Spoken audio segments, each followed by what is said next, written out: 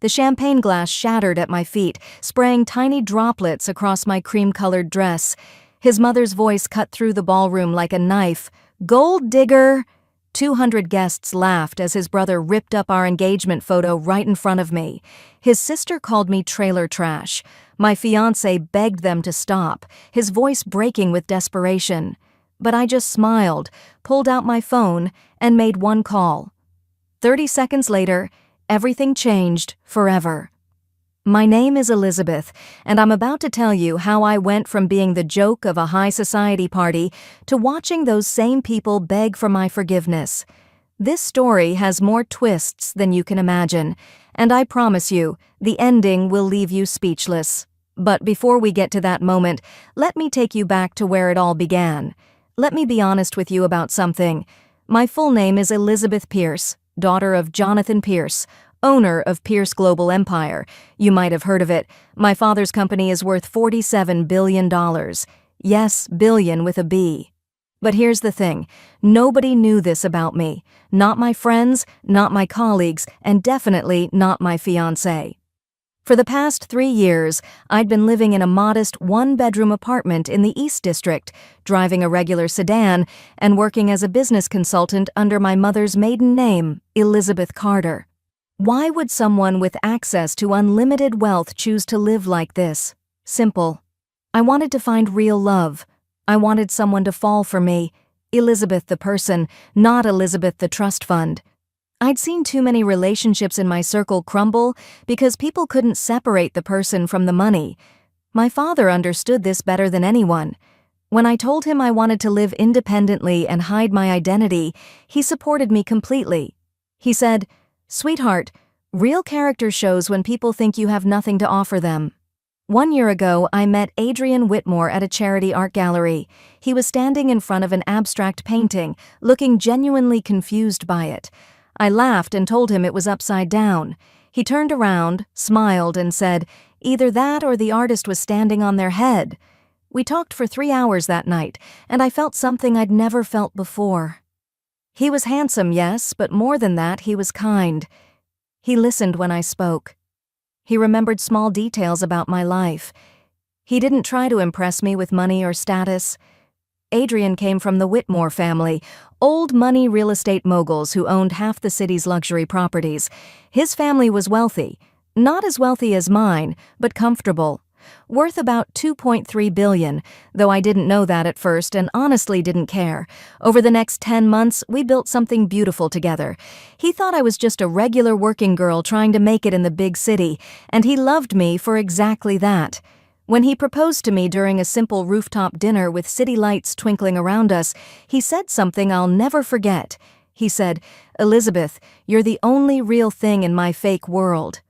Everyone around me wants something, wants access, wants connections, wants to be seen with my family name. But you just want me. Will you marry me?" I said yes through tears, and I meant it with every fiber of my being. But then came the warning signs. Adrian's best friend pulled me aside one evening and said, "Look, I love Adrian and I can tell he's crazy about you, but his family is complicated. His mother Vivian runs that family like a military general. His brother Nicholas is ruthless and competitive about everything, and his sister Camilla lives for gossip and drama. Just be prepared." I appreciated the warning, but I thought, how bad could they really be? I'd dealt with difficult people before. I could handle one family dinner. Adrian echoed similar concerns. "They'll love you eventually," he said, squeezing my hand. "Just maybe don't mention the apartment rental or the used car right away. Let them get to know you first." That should have been my first real red flag, but love makes you optimistic. I agreed to meet them at their annual charity gala, a massive event with over 200 guests from the city's elite social circles. The Whitmore estate was exactly what you'd expect from old money: sprawling gardens, marble fountains, a ballroom with crystal chandeliers that probably cost more than most people's houses. I chose my outfit carefully: a simple but elegant cream-colored dress, modest jewelry, classic heels. I deliberately didn't want to look like I was trying too hard or competing with anyone. I just wanted to look like myself. The moment I walked in on Adrian's arm, I felt eyes on me, judgmental eyes, calculating eyes. Adrian introduced me to his mother first.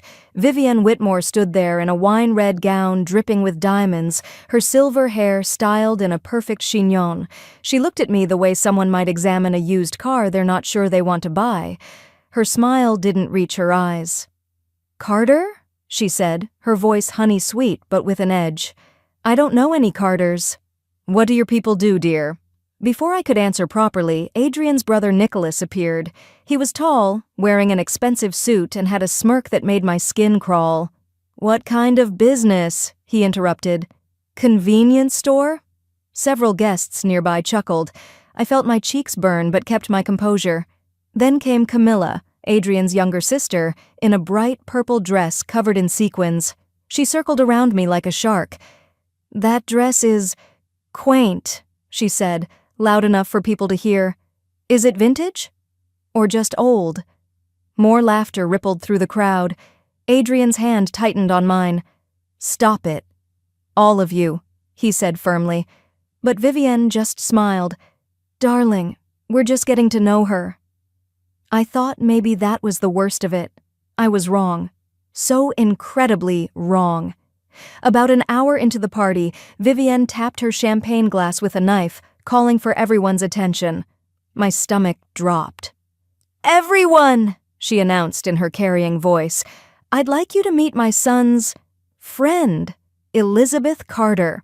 The way she emphasized the word friend made it sound like an insult. I could feel 200 pairs of eyes turn toward me. Nicholas stepped forward with his phone in hand. "Tell everyone, Elizabeth." "How did you and my brother meet?" I tried to answer calmly. "At a charity gallery." But Camilla cut me off with a laugh. "Oh, were you serving drinks there?" The entire ballroom erupted in laughter. I felt Adrian's body tense beside me. His face was turning red. "Camilla, that's enough," he shouted, but his voice was drowned out by the crowd's amusement. Then Nicholas did something that made my blood run cold. He pulled up photos on his phone and, somehow, projected them onto a screen at the front of the ballroom. There was my apartment building, modest, old brick, nothing fancy. My small sedan parked on the street. A photo of me in casual clothes carrying groceries. "I did some digging," Nicholas announced proudly. "Elizabeth Carter rents a one-bedroom apartment in the East District, works as a, consultant." He said the word like it was a joke. The gasps and whispers started immediately. I heard someone say, "She's a nobody." Another voice, "Poor Adrian, he's being taken advantage of." Someone else, "Gold digger, obviously." The room started spinning. This wasn't just meeting difficult in-laws. This was a public execution. Vivienne's face turned ice cold. "Adrian, a word. Now." She grabbed his arm and started pulling him toward a private study off the main ballroom. Nicholas and Camilla followed, and I was dragged along like a criminal being led to sentencing. The moment the study door closed, Vivienne exploded. And I mean exploded. "Are you out of your mind?" she screamed at Adrian. "This girl is a gold digger. It's written all over her. Look at her. She has nothing. She is nothing. And you want to marry her?" Nicholas crossed his arms, looking smug. "Bro, she saw you coming from a mile away. Poor girl meets rich guy. Classic con," Camilla added with fake sympathy. "She probably Googled richest single men, and there you were, top of the list." Adrian was defending me, his voice rising. "You don't know her. Elizabeth is kind and smart and real." But Vivienne cut him off. "Smart?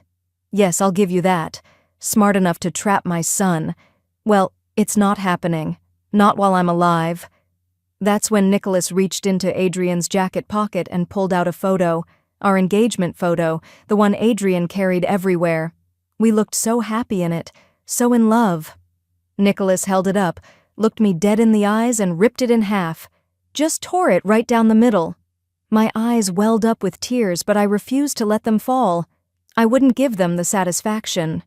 Camilla noticed and laughed cruelly. "Oh, is she gonna cry? Maybe she should call her poor daddy to come get her."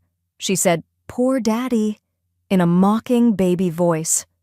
Vivian stepped closer to me, her perfume overwhelming. "This engagement will not happen. I will make absolutely sure of it.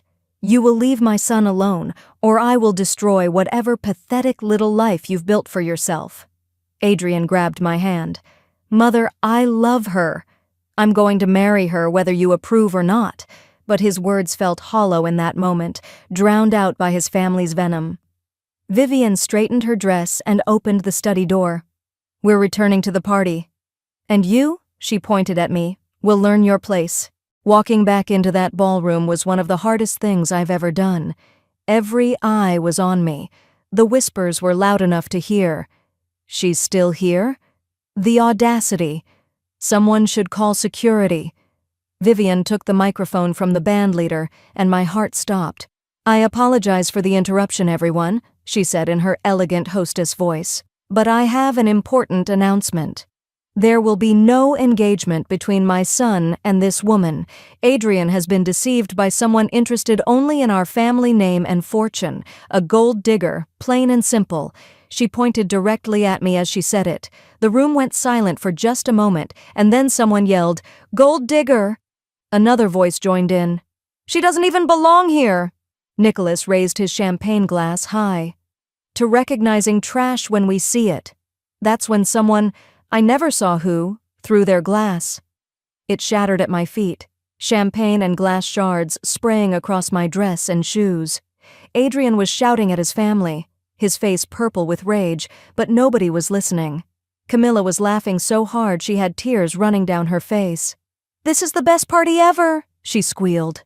Guests were pulling out their phones, recording everything. I could already imagine the social media posts. "Gold digger exposed at Whitmore Gala." Everyone expected me to run, to cry, to break down and flee in humiliation. I could see it in their faces. They were waiting for the final act of my public destruction. But something inside me went completely calm. Icy calm. I thought about my father's words. "Real character shows when people think you have nothing to offer them." Well, they certainly thought I had nothing. I took a deep breath, wiped a tiny drop of champagne from my cheek, and looked directly at Vivian, then at Nicholas, then at Camilla, and I smiled. Not a nervous smile or a defeated smile, a knowing smile, a confident smile. The smile of someone holding all the cards. Vivian's perfectly shaped eyebrows furrowed. "What are you smiling about?" I walked calmly toward her and held out my hand. "May I borrow the microphone?" She looked confused, almost suspicious. "What?" I kept my hand extended, my smile never wavering. "You've had your say. I'd like mine." Adrian grabbed my arm gently. "Elizabeth, you don't have to do this." But I did have to. Not for revenge, not to hurt them, but because sometimes people need to learn that their assumptions and their cruelty have consequences. "No," I said softly to Adrian. "I want to." Vivian, probably thinking I was about to apologize or beg, handed me the microphone with a smirk. I turned to face the crowd of 200 guests, all staring at me with various expressions of pity, disdain, or curiosity. "Thank you all for such a memorable evening," I began, my voice steady. "You've certainly shown me who you really are, and I appreciate that honesty. Before I go, I need to make one quick phone call. Do you mind?" I pulled out my phone, right there in front of everyone. Nicholas burst out laughing. "Oh, great! Is Daddy coming in his minivan?" Camilla joined in. "This is pathetic. Just leave already." But I ignored them and dialed a number I knew by heart. The room went quiet enough to hear the phone ring through the microphone. "Hi, Dad," I said when he picked up. "Yes, I'm fine." "Can you come pick me up?" "Yes, here, right now." "The Whitmore estate." I paused, listening. "You were already nearby?" "Perfect. How long? 3 minutes? Great. See you soon." I hung up and slipped my phone back into my purse. The laughter was immediate. Nicholas was practically doubled over. "Daddy's coming." "Oh, this is too good." Camilla wiped her eyes. "What's he driving, honey?" "A Honda Civic?" Even some of the guests were chuckling. Vivian looked at me with something like pity mixed with disdain. This is ridiculous. Security, please escort. You might want to wait, I interrupted calmly, checking my watch. He'll be here in about 2.5 minutes now. Vivian sighed dramatically. Fine. Let's watch this pathetic finale together. The crowd seemed to agree, everyone waiting to see what kind of embarrassing father would show up to collect his gold-digging daughter. Those 2.5 minutes felt like an eternity, but I stood there calmly, that same small smile on my face. Adrian stood beside me, confused but loyal. Then, exactly on time, we heard it. The sound of car engines, multiple car engines, loud, powerful engines. Through the massive floor-to-ceiling windows of the ballroom, headlights appeared in the circular driveway. But not just 1 or 2 headlights. Many. The entire driveway lit up like a runway. People rushed to the windows. What is that? Someone gasped. The engines got louder, and then the cars came into full view. 7 vehicles pulled up in perfect formation. 2 Rolls-Royces, 3 Mercedes Maybachs, and 2 Range Rovers, all black, all gleaming under the estate's lights. The crowd pressed against the windows. Whose cars are those? Is that a government convoy? Oh my God, look at that Rolls-Royce! But before anyone could process the cars, the doors opened.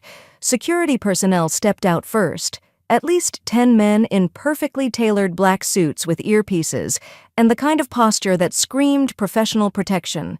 They moved with military precision, forming a pathway from the vehicles to the ballroom entrance. The whispers grew louder. Who is this? This can't be for her? Wait, I recognize that security team. Nicholas's smug expression started to falter. Camilla stopped laughing. Vivian's champagne glass trembled slightly in her hand. Then the ballroom doors opened, and my father walked in. Jonathan Pierce. Tall, commanding, silver-haired, wearing a perfectly tailored charcoal suit. Every single person in that room recognized him. You don't become one of the world's wealthiest men without being recognizable. The gasps were immediate and loud. That's Jonathan Pierce. The Jonathan Pierce? Oh my God! Pierce Global Empire! Phones came out everywhere, people frantically trying to capture the moment. My father's eyes scanned the room until they found me. His stern expression softened immediately, and he walked straight toward me, ignoring every single other person. When he reached me, he kissed my forehead gently. Sweetheart, are you all right? His voice was warm, concerned, and loud enough for the silent room to hear. I smiled up at him. I'm fine now, Dad. The room went from gasps to dead silence. You could have heard a pin drop on that marble floor. Vivian's champagne glass slipped from her hand and shattered on the floor, but she didn't even seem to notice. Nicholas had turned completely pale, his mouth hanging open. Camilla looked like she might actually faint. Adrian was piecing everything together, his eyes wide with realization. My father turned to address the crowd, and when Jonathan Pierce speaks, people listen. Good evening, everyone. I apologize for the dramatic interruption. His voice carried authority that made everyone stand a little straighter. My daughter called me, said she was being harassed. Naturally, I came immediately. He turned to look directly at Vivian, and the temperature in the room seemed to drop 10 degrees. Mrs. Whitmore, I believe you called my daughter a gold digger. Vivian tried to speak, but only a strangled sound came out. She tried again. We didn't know. Mr. Pierce, I had no idea. No idea of what? My father interrupted calmly. That Elizabeth Pierce, my only child and heir to Pierce Global Empire, didn't need your family's money? He let that sink in for a moment. The whispers exploded.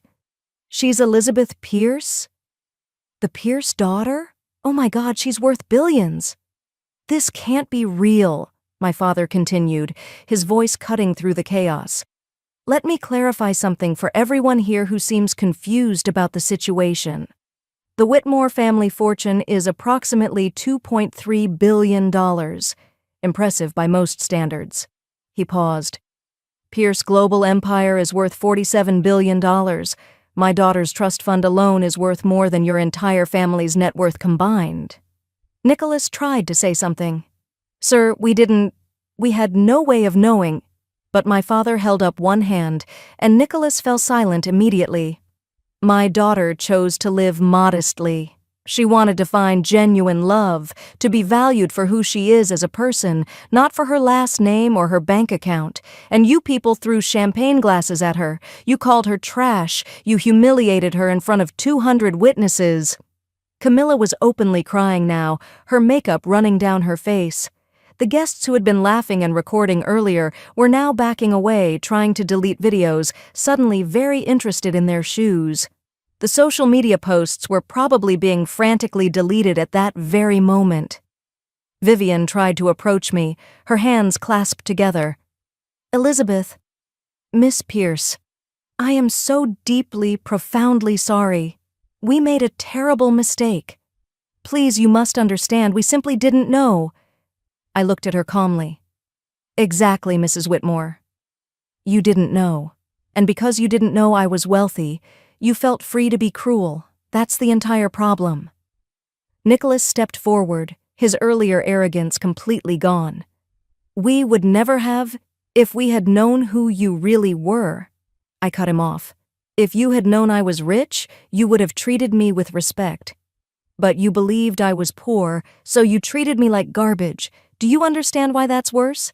Adrian took my hand, and I could feel his trembling. Elizabeth, I love you. I am so sorry for my family. I should have protected you better. I squeezed his hand. You defended me. You tried. That matters. I turned to my father. I'm ready to go now, Dad. As we walked toward the door, my father stopped suddenly and turned back to face Vivian. Oh, Mrs. Whitmore? One more thing. About that real estate development deal your husband has pending with Langford Holdings? Vivian's face went even paler, if that was possible. Yes, she whispered. I own Langford Holdings, bought it 3 years ago. The deal's off, effective immediately. Vivian actually swayed on her feet, and Nicholas had to catch her. My father's expression never changed. Actions have consequences, Mrs. Whitmore. Perhaps in the future, you'll think twice before judging someone by their apartment or their car. We walked out of that ballroom, and I could hear the explosion of voices behind us. But we were already outside, breathing in the cool night air. Adrian ran after us. Elizabeth, wait! Please. I turned to face him. The look on his face was pure anguish. Do you still want this? I asked him quietly. My life is complicated. It comes with bodyguards and business dinners and a level of scrutiny you've never experienced. And your family. I trailed off. He grabbed both my hands. I want you. I don't care about the money, I never did. I fell in love with Elizabeth Carter, who laughed at upside-down paintings and ate cheap takeout with me and was real in every possible way. The fact that you're also Elizabeth Pierce doesn't change that. But I need to know, can you forgive my family? I thought about it carefully. I can forgive, Adrian. But I won't forget.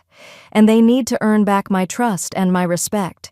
They need to prove they can value people for who they are, not what they have. He nodded seriously. Fair enough. I'll spend every day proving I'm worthy of you, however long it takes. My father, who had been watching this exchange quietly, spoke up. He's brave. I like that. Anyone willing to stand here after what just happened and fight for you has character. He looked at Adrian appraisingly. You'll need that character, son. Being with my daughter means being in the spotlight. Can you handle that? Adrian straightened his shoulders and looked my father in the eye. Sir, I can handle anything as long as she's beside me. My father actually smiled, something he rarely did with strangers. Good answer. Elizabeth, it's your call. I looked at Adrian, really looked at him. Despite everything, despite the humiliation and chaos, he was still here, still fighting for us. I love you, I told him. Let's start fresh. No more secrets. He pulled me into a hug, and I heard him whisper, Thank God. I thought I lost you. We stayed like that for a moment while my father discreetly checked his phone, giving us privacy. Over the next few weeks, the story spread everywhere. Social media exploded with videos from the gala. News outlets picked it up. The Whitmore family became a cautionary tale about judgment and arrogance. Vivian tried reaching out multiple times with elaborate apologies and invitations, but I wasn't ready. They had shown me exactly who they were when they thought I was powerless, and that's hard to forget. Adrian moved into my penthouse, which shocked him since he'd never been there before and had no idea I owned an entire floor of the city's most exclusive building. We started planning a wedding on our own terms, without his family's input. My father gave us his blessing, but warned Adrian that being part of the Pierce family came with responsibilities and expectations. Adrian took it all in stride. As for that real estate deal my father canceled, it cost the Whitmore family approximately $800 million and delayed their biggest development project by 3 years. Some people said my father was too harsh, but I understood. He wasn't just teaching them a lesson, he was showing the world that you can't treat people as disposable just because you think they're beneath you. So what did I learn from all of this? I learned that real character reveals itself when people think you have nothing to offer them. I learned that humility isn't about how much money you have. It's about how you treat others regardless of what they can do for you. And I learned that sometimes the best revenge isn't revenge at all. It's simply letting people face the consequences of their own actions. They called me a gold digger. They tried to break me.